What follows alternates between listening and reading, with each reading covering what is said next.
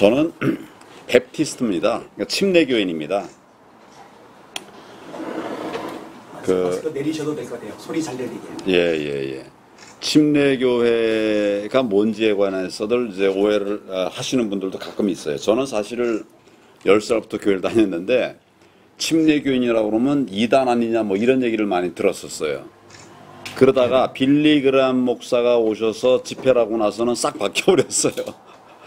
미국에는 침례교회가 더 이렇게 뭐 교세가 크다 이렇게 말을 하는데도 여기서 우리 얘기하면 아니라는 거예요. 그리고 뭐 침례교인 중에는 이단이 많다고 그래요. 아까 이제 여러분도 사도신경을 했습니다만은 침례교회는 사도신경을 묵상하지 않습니다.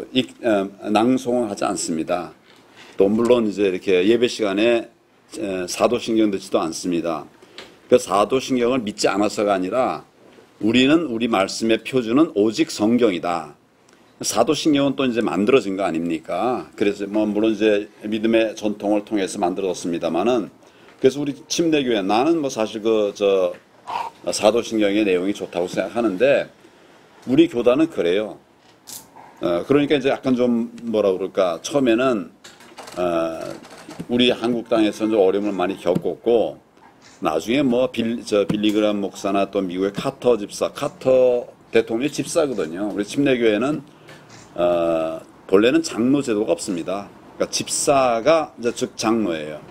그 왜 장로를 집사를 유지하느냐? 성경에는 장로, 감독, 목사가 이제 한 직분이다. 가르치는 직분 하나다. 이제 이렇게 하고 있어서 장로 직제 자체가 없습니다. 우리 침례교회는 그런 정도로 정말 철저하게 말씀 중심의 생활을 하는 이런 곳이 침례교회입니다.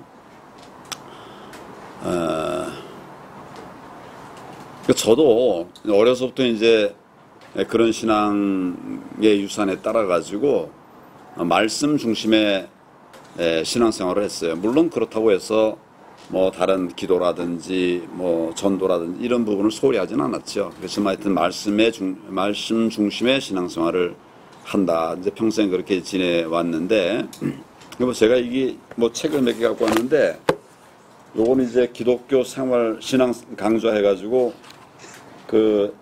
제가 직접 만든 거예요. 우리가 이제 교리 공부를 이제 하지 않습니까? 근데 교리 공부가 재미가 없어요.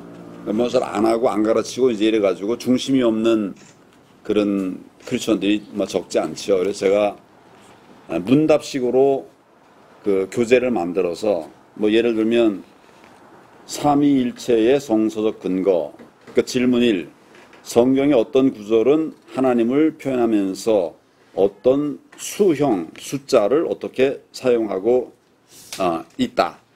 어떻게 표현하고 있나. 그래서 창세기 1장 26절을 보면 하나님이 나라고 안 하고 우리라고 표현하고 있다. 이제 그 삼위일체에 관한 얘기를 하면서 제가 질문을 이렇게 쓰고 이건 교환입니다. 교환이어서 답까지 다 있습니다만은 우리 같이 공부하는 분들이 나눌 때는 문제만 나눠줘요. 그래서 제가 쓰는 성경 공부 교재는 전부 다 질문만 쭉 있습니다. 질문이 신약 성경에서는 하나님의 삼위일체가 선언되고 있다. 어떤 경우에 삼위의 하나님이 동시에 기록되고 있는가?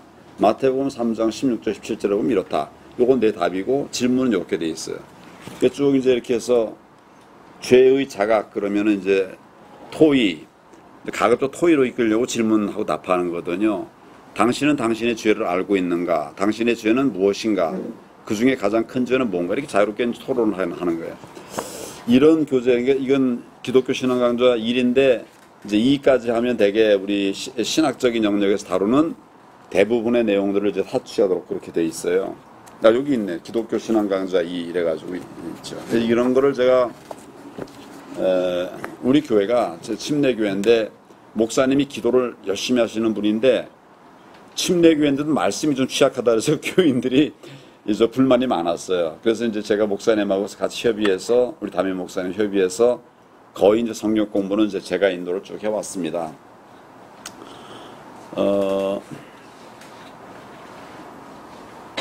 그런데 한 4년, 5년쯤 전에 이제 우리 교회 새 목사님이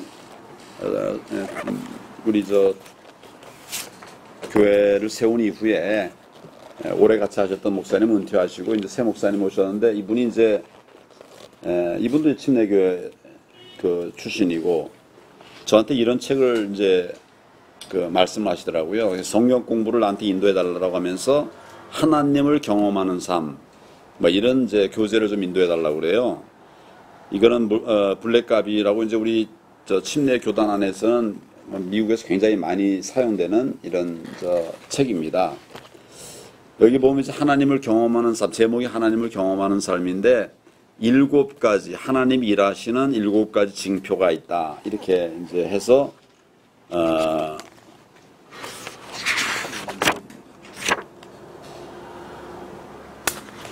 제가 하여튼 뭐 아주 오래는 못 하는데 그래도 좀 편안하게 얘기를 좀 하겠습니다. 그래도 괜찮겠죠? 예. 네.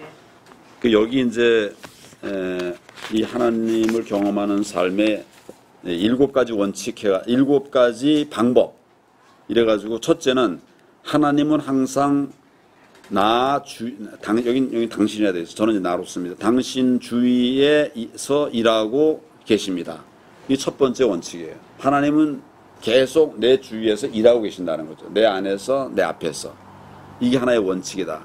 근데 우리는 자꾸 하나님을 죽은 하나님으로 마음은 그렇게 생각을 안 한다고 하지만은 하나님 없는 것처럼 이렇게 신앙생활을 하지 않습니까? 제가 이 첫 번째 원리에서부터 굉장히 깨달음을 받았어요. 둘째는 하나님은 당신과 실제적이고 개인적이고 지속적인 사랑의 관계를 추구하십니다. 이것도 정말 답인데 근데 우리가 이렇게 자신을 신앙생활하지 못하는 분들이 더 많은 것 같아요. 셋째는 하나님은 당신이 그분의 일에 참여하도록 당신을 초청하십니다. 계속 우리를 초청하시는 거죠. 이렇게 이제 7가지 이런 것들을 쭉 따르면 이건 해야 되겠네요. 네 번째, 하나님은 하나님 자신과 자신의 목적과 길을 보여주기 위하여 성령님에 의해 성경, 기도, 환경과 교회를 통해서 말씀하십니다. 이렇게 돼 있어요. 또 하나님께서 말씀하신다는 거죠. 여러 가지 방법이 여기 있는 대로 성령님에 의해 성경, 기도, 환경, 교회를 통해서 말씀하십니다. 내가 이 교제를 인도하면서 가만히 생각해 보니까 나는 주로 하나님의 말씀을 성경을 통해서 받은 거예요. 주로 성경을 통해서. 그리고 이미 성경에 충분한 말씀이 다 있다. 이런 생각을 하면서 신앙생활을 했었는데 이걸 인도하면서 아, 이게 아니구나. 하나님이 정말 구약에서도 살아계시고 지금도 살아계시는 이런 분이구나. 그때 말씀하신 하나님이 왜 지금 말씀 안 하시겠나. 그때 기적을 행하신 분이 왜 지금 기적 행하지 않겠나. 내가 존경하는 분 중에 한 분이 신유의 은사가 큰 분이 있습니다. 대학 교수인데 신유의 은사. 그 방에 거기 가면 그냥 정말 이 휠체어 타고 가던 분이 벌떡 일어나서 그냥 가는 거예요. 일어나 가는 거예요. 지금 여기 우리 현재 합니다. 현재. 제가 말씀드리면 누군지 아실 거예요. 정말 예수님께서 복음 전하고 병든 자 일으켜 세우시지 않았습니까? 근데 지금 우리는 그런 기적은 없다라고도 생각하고 있는 세상을 우리가 살고 있는 거죠. 얼마나 사실은 우리가 영적으로 타락했는가. 제가 이 공부를 하면서 좀 많이 회개를 했습니다. 그러고 나서 이제 장관 가고 뭐 이렇게 하면서 이제 신앙 생활을 유지했는데 요거는 제가 한 기만 인도하고 제가 이제 아까 제가 직접 만든 성공 공부 교재가 한 28개가 되고 그 뒤는 제가 이제 사랑의 교회에서 만든 제자 훈련 과정이 있어요. 그리고 이제 하여튼 뭐 찾아보시면 아시는 분이 계실 텐데 그래서 우리나라에 좀 깬 교회라고 하는 교회들은 성경 공부를 그걸로 많이 씁니다. 사랑의 교회에서 나온 국제제자훈련원에서 나온 그 교재가 있어요. 그렇게 계속 저는 사실은 계속 성경 공부를 인도했는데 제가 지금 말씀드리려고 하는 거는 얼마 전에 제가 정말 전에는 전혀 경험하지 못했던 그 회개의 역사, 회개의 영을 물려주시옵소서라는 기도를 저도 많이 했어요. 그리고 저는 기도할 때 기도의 5가지 원칙, 하나님을 찬양하고, 그리고 하나님의 은혜에 감사하고, 내 잘못 회개하고, 간구하고, 중보하자. 그 5가지의 기도의 원칙에 따라서 사실은 기도를 계속 했어요. 회개도 많이 했죠. 그런데 얼마 전에 제가 정말 말 그대로 회개의 영을 물려주신다는 것이 뭔가를 경험을 했습니다. 제가 작년 4월 15일 우리 당이 총선에서 참패를 했죠. 저는 사실 아시는 분들은 아시겠지만 검찰에서는 검사장, 고등검사장을 했고, 그 다음에 이제 박근혜 정부 출범 이후에 법무부 장관을 했고, 그리고 국무총리를 했습니다. 그리고 나라엔 아주 정말 불행한 것이지만 탄핵을 맞으면서 제가 대통령 권한대행을 6개월 가까이 했습니다. 그러니까 사실상 대통령을 한 거예요. 5년짜리나 6개월짜리나 다 대통령이거든요. 그러니까 무슨 자리에 대한 욕심은 없습니다. 다 해봤으니까. 이렇게 말하면 또 이제 오해할 분들이 있을 것 같아서 제가 잘 말씀을 안 드리는데, 목사님들 다 계시니까 충분히 이해하시리라고 생각을 합니다. 그런데 나라가 정권이 바뀐 뒤에, 이 정부가 들어온 이후에 너무 무너지고 망가지는 겁니다. 여러분도 이제 나라가 많이 무너진 걸 아시겠지만, 저는 국무장관은 자기 부처 일만 합니다. 근데 이제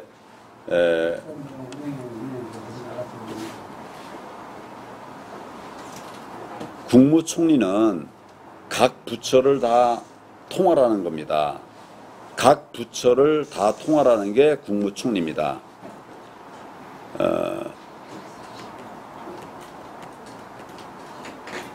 그러니까 통할하면서 아는 거죠. 각 부처가 어떤 일을 하는지를 압니다. 각 부처가 어떻게 해야 잘할 수 있는가를 압니다. 또 어떻게 하면 못하는가도 압니다. 그 부처가 17개가 있고 장관급 자리가 또 대여섯 개 있어요. 그러니까 전체 장관급 국무위원이 24명, 23 내지 23명, 한 명 약간 그러니까 23, 4명이 있는데 그 중에는 정말 잘하는 분이 있어요. 아주 훌륭하게 하시는 분이 있죠. 또 못하는 분도 있습니다, 사실은. 근데 그거를 말씀드리는 이유는 국정 역량이라는 게 있다. 국정 운영 역량이라는 게 있습니다. 그러니까 총리 아닌 장관 하는 사람은 한 가지 일은 잘하지만 다 할 수는 없죠. 근데 이제 총리를 하고 권한대행을 하니까 어떻게 하면 나라가 잘 될 건가? 잘된 장관들의 모델을 통해서 어떻게 하면 우리가 잘 살 수 있는 나라가 될 것인가를 알고 있죠. 완전히 완전하진 않아도 어느 정도 알고 있죠. 근데 이제 정권 교체, 그러니까 정권이 바뀐 뒤에 문재인 정권이 하는 일들을 제가 보니까 정말 이렇게 해서는 안 되겠더라고요. 나라가 무너져가는 게 다 보여요. 국정 경험, 그런 총괄적인 국정 경험이 없는 분들에게 보이지 않는 게 경험했기 때문에 보인단 말이죠. 제가 정말 힘들었어요. 그냥 이걸 놔둘 건가, 어떻게 할 건가. 막아내려면 정치를 해야 되는데, 저는 사실 정치하고 싶지 않은 사람이거든요. 그래서 이제 기도를 했는데, 하나님께서, 정치를 하러 가라는 거예요. 지금 나라가 너무 힘들고 어려우니 나가서 힘을 보태라는 거죠. 그래서 2019년 1월 달에 정치 하겠다는 선언을 했고, 그리고 이제 당 대표에 도전을 해서 2월 27일 날 2019년 2월 27일 날 당 대표가 됐습니다. 불과 며칠 만 40 며칠 만에 정치를 시작한 지 40 며칠 만에 당 대표가 된 거죠. 하나님께서 이제 부르셨고, 또 그래서 이제 정말 많은 성과가 있었죠. 그런데 이제 작년 4월 15일 날 총선에서 우리 당이 참패를 했습니다. 참패를 했습니다.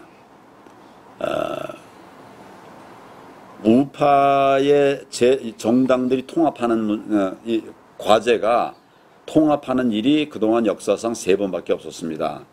근데 제가 그 당대표가 돼가지고 우리 자유우파 제정당의 통합을 이뤄냈습니다. 잘 될 걸로 생각했는데 총선에서 우리가 참패를 했어요.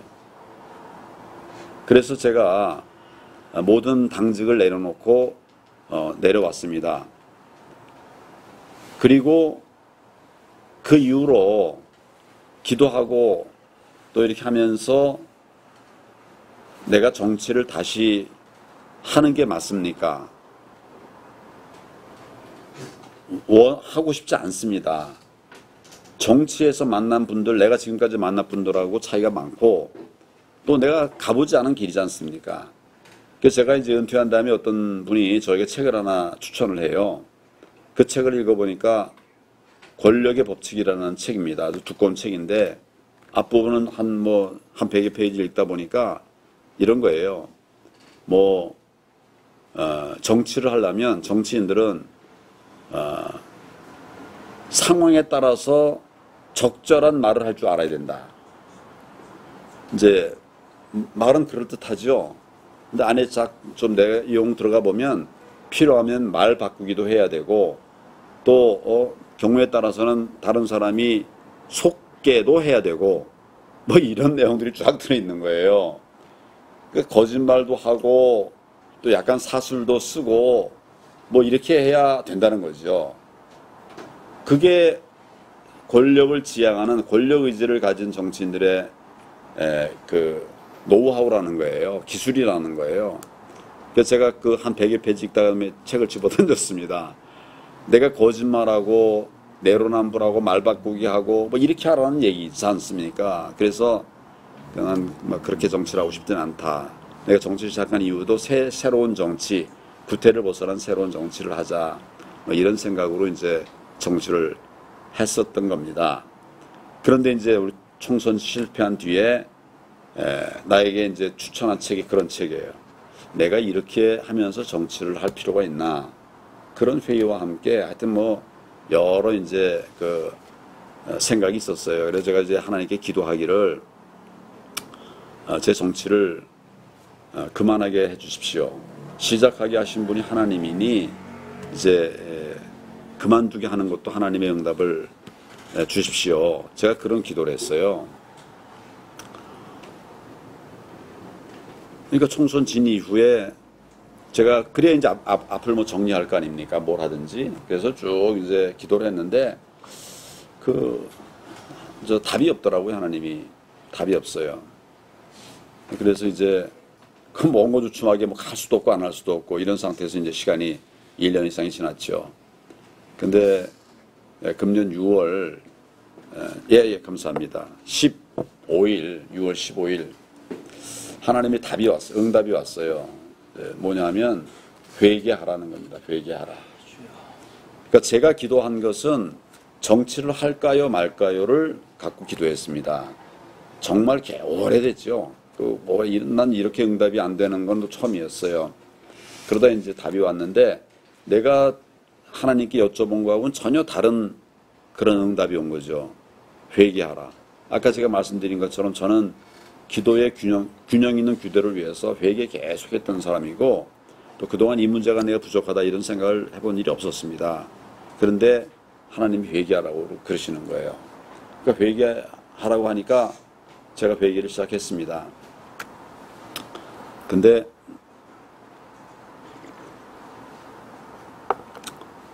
회개를 시작하니까 내가 정말 생각도 못했던 이런 회개들이 막 되는 거예요. 정말 생각도 못했던 이런 회개들이 막 나오는 겁니다. 제가 늘 이제 이거 할 때마다 얘기하는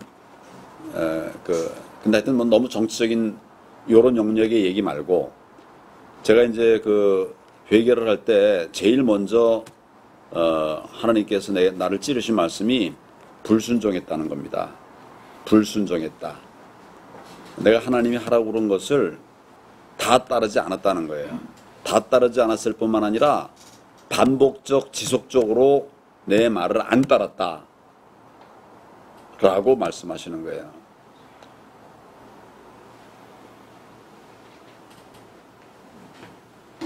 네. 저는 사실은 알면서 하나님 말씀을 어긴 일은 없었다라고 생각을 했는데, 지금 이제 회개를 시작하면서 하나님 내게 깨닫게 하시는 것들은 정말 아는데도 내가 하나님 말씀 어긴 거예요. 예를 안 들 수 없으니까 예를 좀 든다면, 이제 우리 예수님의 하나님의 가장 큰 계명이 하나님을 사랑하고 내 이웃을 내 몸과 같이 사랑하라, 이거 아니겠습니까? 근데 내가 정치를 하면서 우리 당의 동지들에게 사랑이 없었다는 거예요. 사랑이 없었다. 이제 우리가 통합을 하는 과정에서 통합하니까 이제 자원들이 좀 늘어나지 않았습니까? 그러니까 이제 공천 과정에서 문제가 생긴 거예요. 지역구는 제한되어 있는데 253개 제한되어 있는데, 기존에 우리 당을 지켰던 이런 분들도 있고 또 통합 과정에서 들어온 분들도 있어요. 근데 통합 과정에서 들어온 분들이 선수도 많은 분들이 많고 정치관이 많은 분들이 많고, 또 특히 이분들이 서울과 수도권에 집중돼 있었습니다. 그러니까 이분들이 이제 하다 보니까 수도권 서울에 많이 공천이 가는 과정이 있었어요. 그래가지고 이제 우리 당에서 오래 당을 지키면서 애썼던 분들이 저에게 와서 항의를 하는 겁니다. 경선의 기회라도 달라. 여러분 아시는 분은 아시겠지만 경선을 통해서 후보가 되는 건데, 그 경선에도 참여하지 못한 사람들이 많아진 겁니다. 오랫동안 우리를 지켰고 우리를 도와줬던 분들이 많이 경선 기회도 못 가진 거예요. 소위 컷 오프라고 그래요. 중간에 잘린 거죠. 이런 분들이 저에게 와서 항의하는 겁니다. 공천 달라는 게 아니라 경선의 기회라도 달라, 이런 얘기를 하는 거예요. 그런데 저는 5자리를 잃어도 10자리를 얻으면 우리 선거에서 이길 수 있다. 사실은 그런 생각을 갖고 있었어요. 그러니까 이렇게 경선의 기회도 못 갖고, 사실 공천이라는 것은 정치인에게는 삶이고 생명입니다. 그걸 위해서 평생 이제 지내온 건데, 몇십 년 한 사람들인데 경선의 기회도 못 줬어요. 그래 놓고 나는 5석을 잃어도 10석을 얻으면 우리가 이긴다, 이런 생각을 한 거죠. 제가 말씀드리는 게 무슨 의미인지 아시는 분도 계시고 모르실 분도 계시는데 그럴 것 같은데, 그러니까 이제 그렇게 통합해가지고 새로 좋은 사람들이 많이 와서 이 서울 수도권에서 10석을 예를 들어서 10석을 얻는데, 그 대신에 이제 컷오프 빠진 사람들 5명이 또 고통을 당할 수도 있죠. 그래도 이게 이기는 길이니까 그런 방향으로 이제 가야 된다, 이래 생각을 했던 거죠. 그러니까 이 공천 과정에서 경선의 기도 못 가진 분들이 나한테 와서 막 항의하고 그러는데, 저는 그분들에게 미안하다고 얘기하고 이 말은 하면서도 마음에는 사실은 아까 그런 마음이 있었던 거죠. 하나님이 날 그걸 탁 찌르시는 거예요. 이게 사랑하는 마음이라고 할 수 있느냐? 얼마나 매정했냐? 얼마나 매몰쳤냐? 그 사람들의 아픔을 잠시라도 생각해 봤냐? 생명이고 삶인데 생각 안 하고 이길 생각만 했다, 이런 말씀을 팍 찌르시는 거예요.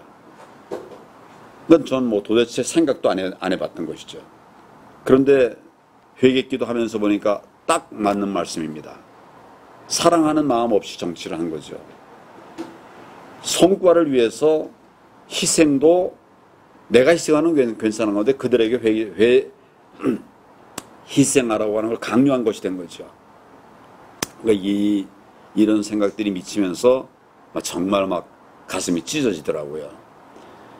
이런 회개들이 네가 교만했다. 저는 사실은 남들은 나를 교만하다고 생각하지만 저는 늘 교만하지 않으려고 노력한 사람이고, 또 말씀대로 겸손하기 위해서 애를 썼던 사람인데, 네가 교만해서 그렇다는 거예요. 왜냐하면 그렇게 해도 이긴다.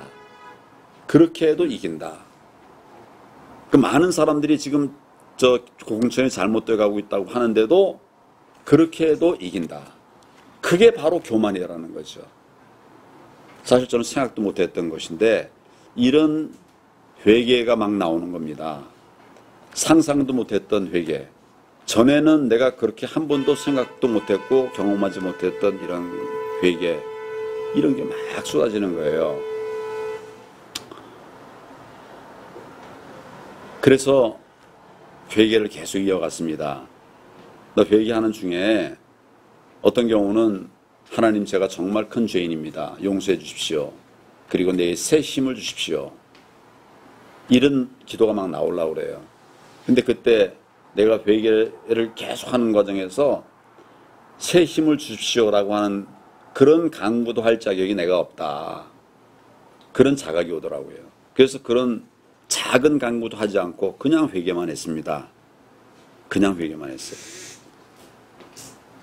어제 회개한 것이 너무 많아서 내가 오늘 다시 이제 그걸 한번 어제 회개한 거를 그때 이제 회개가 끝나고 나 정리하고 그 다음날 새벽에 다시 이제 이거 펴놓고서 한 번 더 회개하면 또 다른 회개거리들이 막 또 쏟아지는 거예요.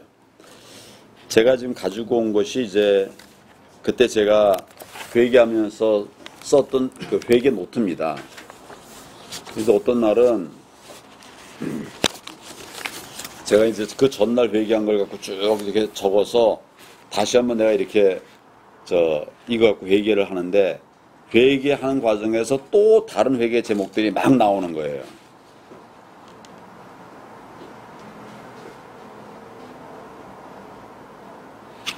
통합으로 이길 수 있다고 생각했다. 교만했다. 하나님이 함께 해야 되는데 통합으로 이길 수 있다고 생각했다. 이제 이렇게 그 기도한 것을 놓고 다시 회개하는데 또 다른 회개 제목들이 막 나와서 제가 썼던 아주 만들었던 그 노트 옆에다 막 여백에다 막 적었어요. 그 회개들을 적고 그 다음날 또 이걸 모아가지고 또 이제 이렇게 매달 며칠 해가지고 하면 그 밖에도 또 다른 회개거리들이 막 나오는 거죠. 이걸 이제 계속 이어갔는데 어떤 날은 회개를 쭉 하고서 맞추려고 하는데 회개 제목들이 막 떨어지는 겁니다. 회개 제목들이.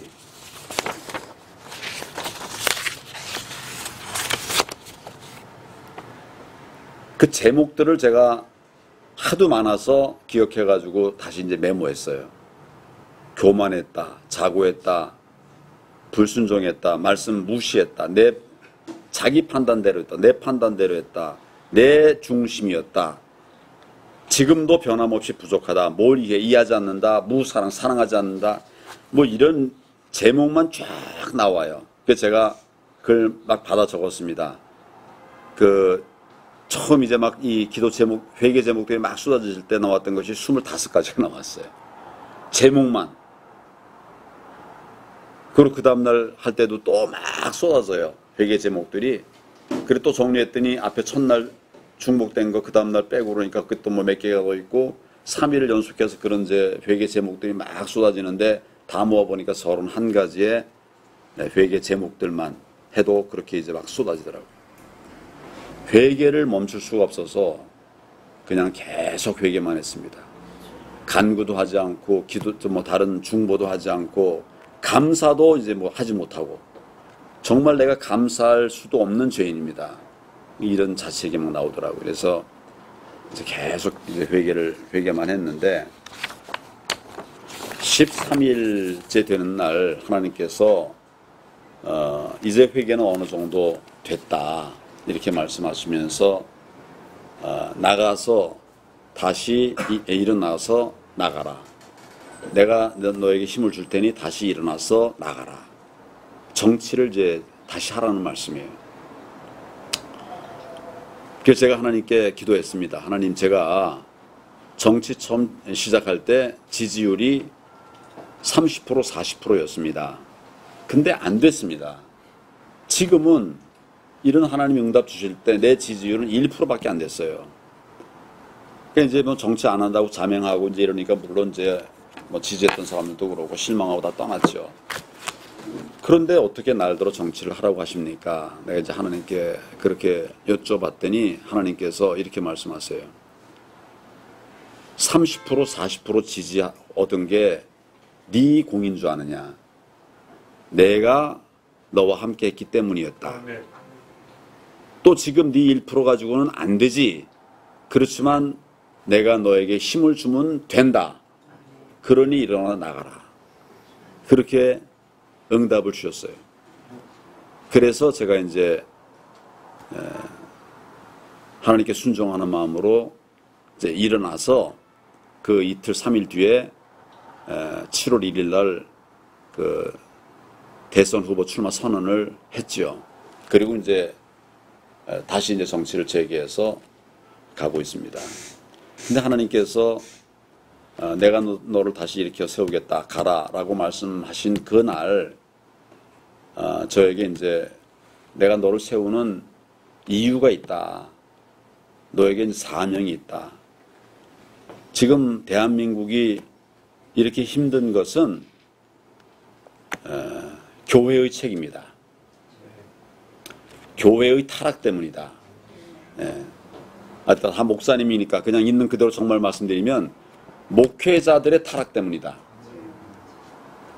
제가 장로님들에게 얘기할 기회가 있을 때는 사실 이렇게 자세하게 얘기는 하지 않는데 그때는 그냥 교회의 타락 때문이다 이렇게 얘기를 해요. 뭐 장로님들도 잘못한 게 많이 있겠죠. 근데 하나님께서 내게 주신 그런 감동의 핵심은 목회자들의 타락 때문에 나라가 이렇게 어렵다는 것입니다. 그래서 가서 회개를 전하라는 거예요. 다 잘하고 있다고 생각하는데 아니라는 거죠. 첫째는 네가 회개한 것을 얘기하면서 회개를 촉구해라 이거였고요. 둘째는 지금 정부가 잘못하는 것이 많다. 그 잘못하는 것에 대해서 뭉쳐서 비판해라. 뭉쳐서 저항해라. 이런 사명을 주시는 거예요. 나라 망가뜨린 것이 교회지만 그렇지만 다시 일으켜 세울 세력도 교회다는 거죠. 그런데 교회가 타락해 있으니 회개하고 그리고 새 힘을 내서 정부가 잘못하는 것에 대해서 뭉쳐서 싸우라는 거예요.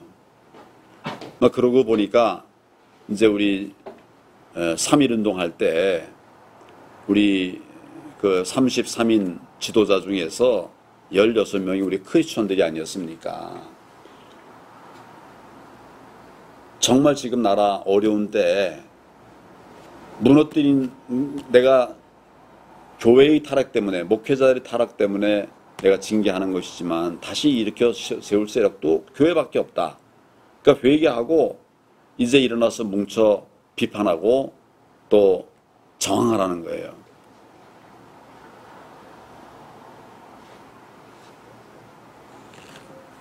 저는 사실은 이제 목사는 아닙니다만은 제가 81년도에 신학을 했어요. 아마 저보다 늦게 신학하신 목사님들 많을 겁니다.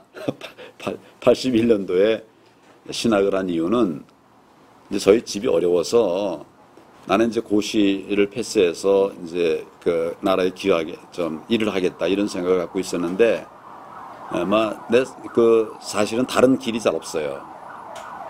그래서 이제 고시를 패스해서 국가 일을 하겠다 이제 이런 생각을 하고 고시 준비를 했는데 우리 그때 이제 집이 가난했습니다. 공부를 계속 할 수가 없고 오래 할 수가 없거든요. 그러니까 빨리 붙여주십시오. 하나님 빨리 붙여주십시오. 이제 그렇게 해주시면 내가 신학을 하고 믿음 안에 흔들림 없는 그런 성도의 삶을 살겠습니다. 이렇게 이제 하나님께 그때 내가 막 20살, 21살 이쯤이었을 거예요. 그래서 서원을 했어요. 근데 나중에 시험이 빨리 됐어요, 정말. 빨리 됐어요. 빨리 되긴 빨리 됐는데 처음으로 본래 판사 그 당시 그 전만 해도 판사 80명, 검사 70명을 뽑았습니다. 150명 뽑았는데 그러니까 전에는 이제 고시만 패스되면 판사, 검사 뭐 자기가 원하면 다 될 수가 있었어요. 근데 그때는 내가 시험 될 때는 되긴 빨리 됐습니다. 제가 졸업하면서 바로 됐어요. 300명을 뽑은 거예요. 그러니까 그 300명 중에 150등 안에 들어야 내가 생각하는 대로 판검사 임관할 수가 있는 거였죠. 그 합격된 거는 참 감사한데 문제가 생겼어요. 내가 이제 고시 패스해 주시면 바로 신학을 해가지고 흔들림이 없는 신앙생활을 해나 세상 속에서 신앙생활 흔들림 없이 해나가겠습니다. 이렇게 얘기했는데 2배를 뽑아버린 거예요. 그래서 2배 뽑았기 때문에 아마 내가 됐을 거예요. 그런데 이제 과제가 그 사람들과 경쟁을 해야 돼요. 반 안에 들어야 되는 거죠. 근데 하나님께 소원한 것이 있지 않습니까? 그때 저는 이제 침례교인데 침례교회 그 당시 대전에도 신학교가 있지만 서울에도 신학교가 있었습니다. 그래서 난 거기 야간에는 거기 가고 주간에는 이제 연수원 생활을 할 생각. 시험 되고 나면 2년 동안 연수 생활을 해야 됩니다. 그럴 생각이었었어요. 근데 이 똑똑한 사람들 속에서 반쪽 공부를 해가지고는 어떻게 내가 임관 순위 안에 들겠습니까? 그래서 하나님께 기도를 했어요. 좀 나중에 신학을 하면 안 되겠습니까? 그랬더니 하나님께서 내게 답을 주시기를 누가 너한테 그 신학하겠다고 빨리 신학하겠다고 하라고 그랬냐? 네가 스스로 약속한 거 아니냐? 이런 깨달음을 주시더라고요. 그래서 시작했어요. 그래가지고 낮에는 사법연수원에서 그 공부하고 그냥 끝나자마자 막 또 부랴부랴 신학교 가서 또 신학했습니다. 그러니까 둘 다 사실 다 어려운 것인데 다 됐죠. 예. 그러니까 저는 이제 그런 신앙생활을 한다고 생각했는데 제가 아까 얘기하는 그 회개거리들이 나온 이유가 다 뭐냐면 정치하고 났어요. 새로운 걸 하면서 제가 하나님께 기도하지 않은 거죠. 이 문제로 평소에 내가 하던 것대로는 했지만 이 문제로는 안 한 거예요. 그래서 하나님이 나를 심판하시고 징계하셨다. 그걸 이제 회개했더니 하나님이 다시 이렇게 세워서 나가라. 이렇게 이제 말씀을 하신 거죠. 그래서 제가 그 이후에 정말 하나님 말씀대로 하겠습니다. 그리고 이제 그 정치 다시 시작했어요. 불과 며칠 뒤에 이제 출마 선언했고요. 내가 그 이제 하나님의 응답 받은 그 다음 날 6월 28일이죠. 그 인천 연수을에서 재검표가 있었습니다. 재검표가 있었는데 거기에서 아주 이제 그 있을 수 없는 투표용지가 많이 나왔어요. 하나님께서 이제 그 작년 총선 이후에 계속 기도할 때 나한테 이런 말씀하셨어요. 지난 선거는 부정선거였다. 그런 감동을 계속 주셨어요. 근데 우리 법조인들은 특히 정치인들은 이 선거 불복에 대해서는 굉장히 큰 알러지가 있습니다. 그래서 그 인정하지 않으려고 그래요. 저도 같은 입장이었어요. 그런데 의심은 너무 많았습니다. 정말 의혹, 부정선거의 의혹들은 너무나 많았어요.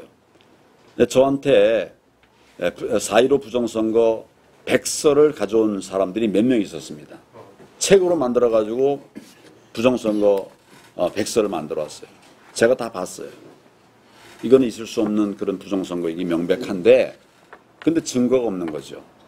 그냥 이렇게 떠돌아다니는 설과 이제 의혹 이런 것들이거나 아니면 개인의 어떤 그 경험담 이런 것밖에 없었죠. 그래서 저는 이제 그냥 그렇게 넘어가고 있었는데 그 6월 28일 날 이제 그런 재검표가 결과가 나왔어요. 그거 보니까 정말 있을 수 없는 그런 투표용지가 나왔습니다. 하나님께서 내게 계속 지난 4.15 선거는 부정선거라고 말씀을 감동을 주셨는데 나는 그냥 뭐 어떻게 보면 그걸 잘 챙기지 않았던 거죠. 6월 28일 그런 것이 나오고 제가 하나님께 기도했더니 내가 이미 말하지 않았냐. 부정선거였다고 말하지 않았냐. 그래서 제가 지난 4.15 선거에는 많은 문제가 있었다. 그래서 4.15 선거가 부정선거다라고 하는 이야기를 했습니다. 하나님께서 여러 번 말씀하실 때 내가 하지 않았던 것 회개하고 나서 내가 다시 힘을 얻고 말할 수가 있었죠. 그러니까 지금 제가 그 얘기를 할 때 우리 당 안에서는 다 이건 선거 불복이다. 말하면 안 된다. 그렇게 얘기를 하고 있어요. 당의 기본 입장도 그거였고, 제가 그래서 지난 이제 대선 후보들, 우리 당의 대선 후보들 간담회 때 다른 얘기하지 않고 지난 4.15 총선은 부정선거였다. 이걸 밝히지 않으면 내년 선거 해봐야 소용없다. 그런 얘기를 했습니다. 그랬더니 이제 하태경 의원이 우리 당의 입장은 선거 불복 안 한다는 거다. 당 대표가 이거 분명히 말씀해 주십시오. 뭐 이렇게 얘기를 하더라고요. 그래서 내가 다시 답하기를 선거 불복이 아니라 불법 선거에 대한 대응이 필요하다는 거다. 선거 불복과 불법 선거에 대한 대응은 전혀 다른 거다. 불법이 있었는데도 뻔히 보고 가만히 있는다? 이건 정말 말이 안 되는 거다. 제가 다시 논박을 했어요. 그러고 이제 다시 나한테 공격하지 않았습니다. 제가 얘기할 때 또 그리고 그 이후에 제가 그 선거 부정선거 이슈를 가는 데마다 얘기하고 있어요.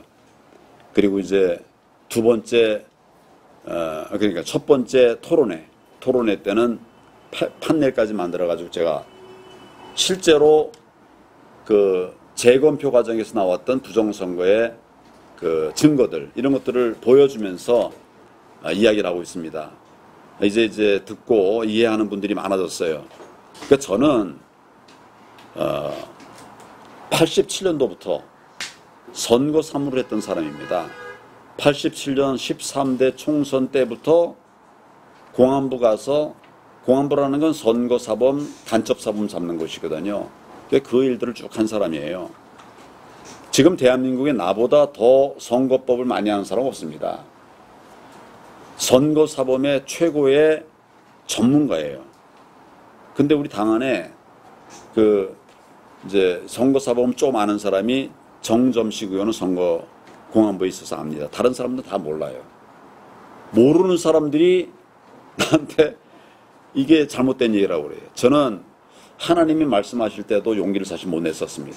그러나 회개한 이후에 용기를 주시고 내가 이제 어떻게 보면 이거는 하나님 말씀 안 하셨어도 내가 그동안에 가지고 있는 전문성을 가지고 얘기를 했었어야 되는 거예요. 그러니까 지금도 얘기하고 있습니다. 제가 이제 이런 이후에 어떤 일이 있었는가 하면 정부가 코로나 사태가 악화되면서 4단계라 하면서 교회의 대면 예배를 전면 금지한다. 이런 조치를 취한 일이 있습니다. 기억나시죠? 대면 예배 전면 금지 조치를 취했습니다. 그때 제가 이런 얘기를 했어요.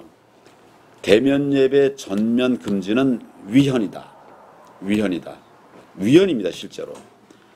우리 헌법에는 종교의 자유라는 것이 있습니다. 헌법 20조로 기억됩니다. 종교의 자유가 있어요. 종교의 자유가 있는데 질서 유지 등을 위해서 37조에 보면 37조 2항에 보면 질서 유지 등을 위해서 그런 자유를 제한할 수 있다. 이렇게 되어 있습니다. 그러니까 우리 종교의 자유도 제한할 수 있다는 것이죠.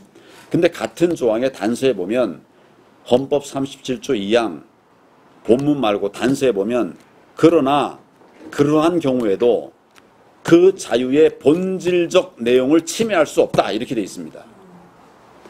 종교의 자유를 질서 유지 등의 목적을 위해서 제한할 수 있지만 그런 경우에라도 그 자유, 종교의 자유의 본질적 내용을 침해할 수 없다. 이렇게 되어 있습니다.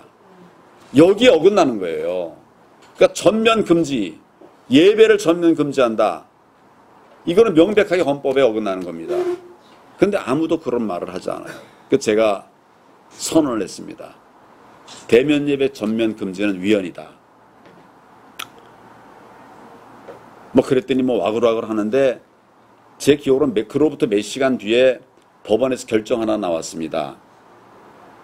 전면 금지 결정에 대해서 가처분 신청을 했는데 그것에 대해서 모두 다 못 들이게 하는 거는 그건 안 된다. 9명 이하는 예배를, 대면 예배를 드리게 해야 된다. 이런 결정이 났어요. 그러니까 제가 그런 선언한 이후에 저는 계속 대면 예배만 다니고 있습니다. 그런데 다 법 규정에 딱딱 맞게 그렇게 돼요. 저는 지금도 이제 그런 얘기를 하고 있고, 또 교회도 사실은 이런 얘기를 하고 있어요. 제가 경험한 것 중에 회개하라고 가서 그 얘기를 해라, 이런 말씀을 하셔서 제가 이런 얘기들을 몇몇 교회에는 제가 말씀도 드렸어요.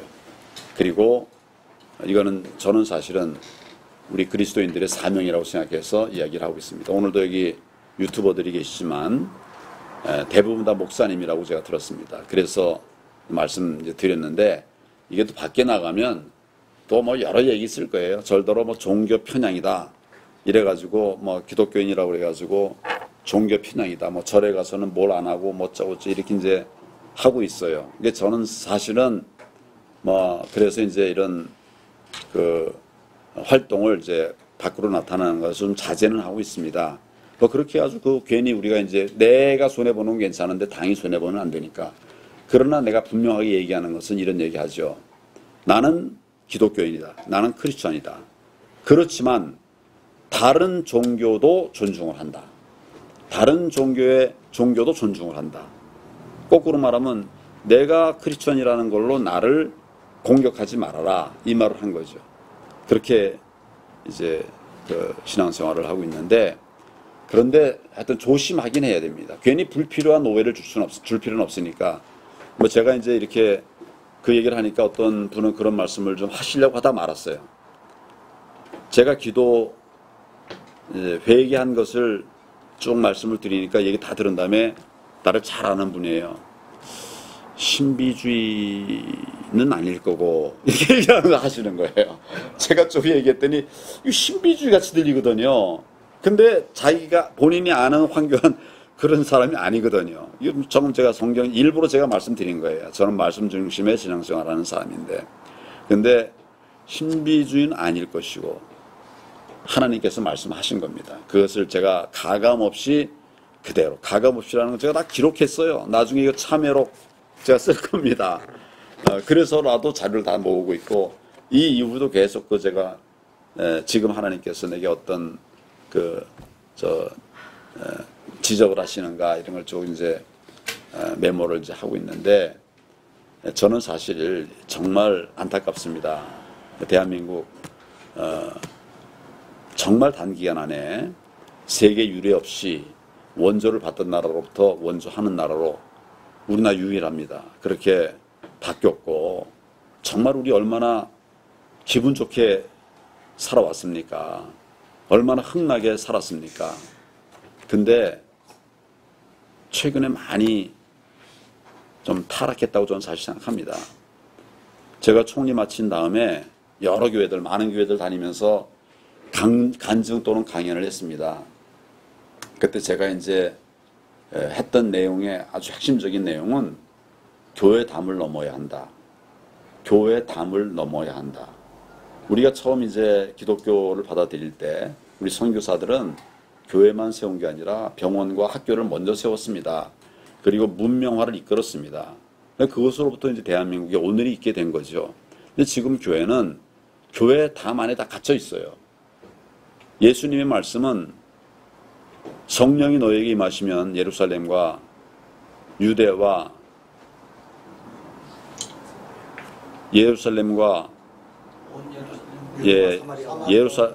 가만히 계십시오. 예루살렘과 유대와 사마리아와 가만히 계시라니까요. 땅끝까지 이르러 내 증인이 되리라. 이 말씀 아닙니까? 그런데 다 예루살렘에 갇혀 있는 거예요. 그래서 제가 담을 넘어라. 유다로 퍼져나간 것 때문에 오늘날 우리도 복음을 받은 거 아닙니까? 그래서 제가 계속 그 얘기를 하고 있는 거예요. 제가, 여러분 소망교도소 아시죠? 소망교도소 아시나요? 네. 예, 소망교도소 세울 때 이제 하여튼 핵심 실무자로 일을 했어요. 500명 수용할 수 있는 교도소를 우리가 지을 테니까 그러면 재소자를 여기다 수용을 해달라. 그럼 우리가 잘 훈련해서 재범하지 않도록 하겠다. 브라질 슈마이터에 그런 사례가 있었습니다. 그래서 그렇게 하겠다. 그렇게 할 테니까 교도소 허락해주고, 그리고 이제 제가 너무 오래 하는 것 같으네요. 이제 5분 내에 끝내겠습니다. 그리고 이제 재수자를 보내주면 우리가 꼭 바꿔서, 지금 재범률이 22몇 %인데 5% 이하로 줄이겠다. 그래야 우리 사회가 정말 바뀌지 않냐. 뭐 이렇게 이제 계속 노력을 했는데, 하여튼 다행히 그때 이제 IMF 뭐 이래가지고 교도소가 차고 넘쳤어요. 근데 정부가 돈이 없으니까 못 지으니까 우리한테 그걸 허락을 했습니다. 그래서 이제 우리가 짓기로 했는데 2000년도로 기억됩니다.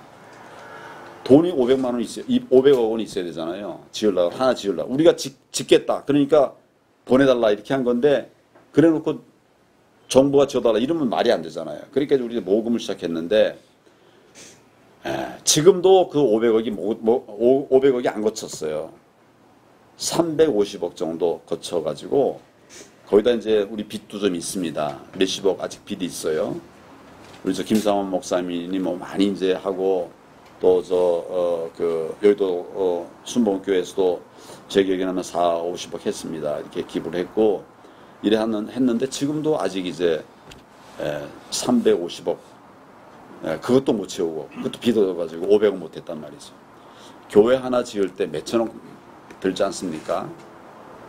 큰 교회 하나 지을 때 몇천억 들어가지 않습니까? 이거면 정말 사회를 바꿀 수 있는데 안 뭉치는 거예요. 다 그냥 교회 중심으로 신앙생활하고 뭐 선교한다고 하면서, 뭐 여러분들 선교 뭐 했는지 모르지만, 얼마 했는지 모르지만, 제가 이제 대학 다닐 때 기도학생회 회장을 했어요. 그 앞에 보니까 뭐 우리 선교 77년도에 만들어진 단체인데, 목회자가 뭐 100명 넘게 배출이 됐고, 11명 선교사로 파송을 했어요. 그래서 제가 이렇게 보고를 받아보니까 지원해 준 돈이 한 달에 10만 원이에요, 10만 원. 그러니까 10만 원 11군데 도와준 거를 선교하고 있다라고 하고 있는 거죠. 저는 정말 양심에 찔렸습니다. 처음 시작할 때는 10만 원밖에 안 되겠지만, 지금 우리가 몇 년인데, 이게 한 지가 벌써 몇십 년인데, 또 그 사람들이 처음엔 학생이었던 사람들이 지금 기업 들어가서, 그런데 이게 뭐냐. 그래서 제가 만약 하려고 그러면 우리 30만 원씩은 보내자. 그때 제가 변호사를 했기 때문에 만에 하나 이게 다 안 모아지면 내가라도 채워가지고 그렇게 하려고 그랬어요. 11명이면 20만 원 더하면 뭐 한 달에 220만 원만 더하면 되는 거 아닙니까? 그때 변호사 뭐 그때는 좀 처음 할 때니까 그런 마음으로 해서, 근데 이제 다행히 이제 그런 내가 얘기를 했더니 모금이 좀 돼가지고 20만 원씩 하고 있어요. 그런데 20만 원 갖고 어떻게 파송했다고 말을 합니까? 근데 우리 교회도 지금도 10만 원 보내고 있어요. 이거 정말 교회가 다만에 갇혀 있는 것이다. 그래서 제가 밖으로 퍼져나가자 이런 얘기를 했던 건데, 사실은 하나님께서 이거 예쁘게 보실 리가 없습니다. 회개해야 된다고 저는 생각합니다. 정말 생각합니다. 근데 지금 이제 제가 먼저 회개하니까 하나님이 이제 저에게 정말 알지도 못했던 회개거리를 주시면서 회개시키시고 철저하게 낮추시고, 그리고 이제 다시 일어나서 나가라 이렇게 말씀을 하셨어요. 제가 지금 여러분들이 이런 말씀을 드리는 것은 제 자랑하려고 하는 건 하나도 없습니다. 만약 여러분이 이제 그렇게 들으셨다면 제가 오늘 얘기한 건 다 잊어주시기 바랍니다. 정말 대한민국 위태롭습니다. 지금 위태롭습니다. 이런 위기에 빠진 것은 남 탓할 게 아니라 우리 크리스천들의 책임이다. 이렇게 생각을 합니다. 그리고 그런 생각을 혹시라도 하시지만 정말 강한 그런 생각을 가지지 않으신 분이 있다고 하면 이런 것을 좀 우리 다시 한번 돌아보는 시간이 되었으면 좋겠다. 이런 마음에서 좀 자세하게 이렇게 말씀을 드렸습니다. 박 목사님, 아까 목사님 말씀대로 저 한 번도 보지 못해. 저도 못 봤습니다. 아까 와서 처음 봤습니다. 근데 잠깐 뭐 한 10분, 15분 정도 좀 개략적인 말씀을 드렸어요. 나는 이제 통화를 하다가 뭐 먼저 박 목사님이 이제 저한테 질문하시길래 제가 간단하게 얘기를 했는데 나중에 보니 박 목사님 이거 막 유튜브 막 돌리시더라고요. 이거 안 돌려야 될 것 같기도 한데 근데 이것도 하나님의 뜻이다. 좀 그렇게 생각하고서 돌리지 말란 말을 안 했습니다. 그리고 오늘 얘기도 정말 하나님의 뜻이라고 생각하고 내 말씀 드렸는데 밖에서는 하여튼 뭐 별로 이렇게 이 내용 다 그대로 말씀하실 필요 없을 것 같기도 해요. 뭐 하여튼 공경 많이 있을 겁니다만은 여러분들의 기도의 판단대로 하십시오. 저는 하나님께서 우리나라 사랑하십니다. 아멘. 우리나라가 이제 처음 건국되었을 때 대통령이 누구였습니까? 이승만 대통령이었죠. 이분이 우리 재헌의회 초대 의장이었습니다. 초대 의장으로서 이제 처음 개원의회에서 우리 이윤영 목사님이 그 의원이었거든요. 그때 목사 의원이 4분 있었던 걸로 기억하는데 하여튼 그 중에 한 분에게 이윤영 목사님께서 오늘 개원 예배를 위해서 기도해 주십시오.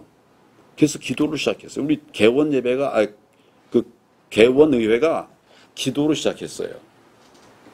이런 나라 저는 사실 없는 걸로 알고 있습니다. 하나님이 사랑하셔서 세우셨고 정말 세계가 깜짝 놀랄 이런 기적을 이 나라에 일으켜 주셨는데 언제부턴가 우리 그 76년도인가요? 이제 미국의 뭡니까? 목사님.